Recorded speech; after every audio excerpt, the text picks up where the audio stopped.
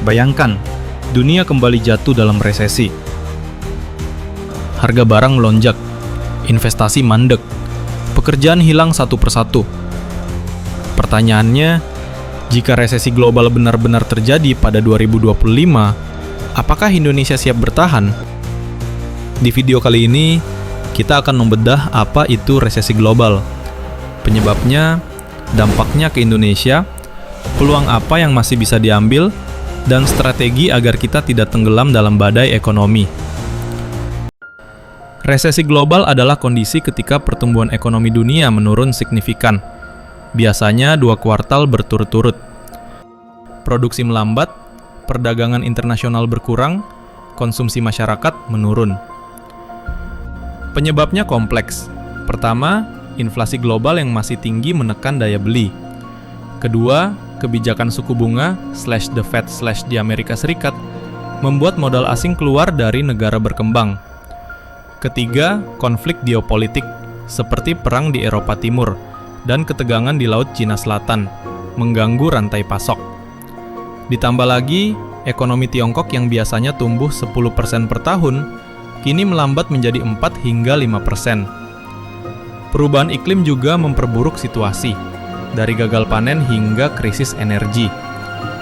Sejarah memberi pelajaran. Krisis Asia 1997, resesi global 2008, dan pandemi 2020. Badai ekonomi global bisa datang kapan saja. Resesi global bukan sekadar angka di laporan ekonomi. Dampaknya nyata. Harga pangan melonjak, energi menjadi langka dan mahal, pengangguran meningkat.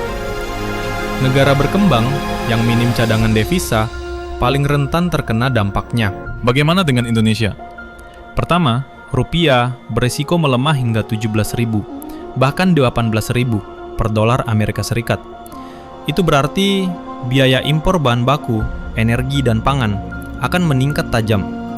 Kedua, ekspor komoditas utama seperti sawit, batu bara, dan tekstil bisa menurun karena negara tujuan lesu. Neraca perdagangan berpotensi defisit. Ketiga, investasi asing bisa keluar, pasar modal merah, proyek strategis tertunda. Yang paling terdampak tentu saja masyarakat kecil.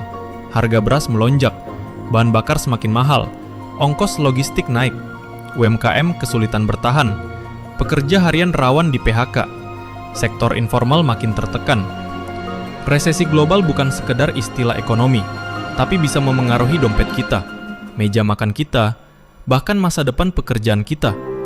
Namun, di balik ancaman selalu ada peluang.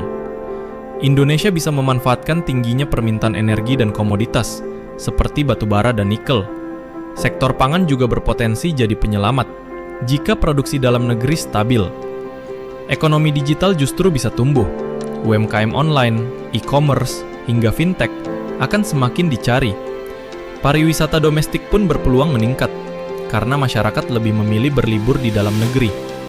Strategi pemerintah dan masyarakat sangat menentukan. Pemerintah harus menjaga stabilitas rupiah, memperkuat cadangan devisa, mempercepat hilirisasi industri, dan memberikan subsidi pangan serta energi yang tepat sasaran. Sementara masyarakat bisa menyiapkan diri dengan cara sederhana.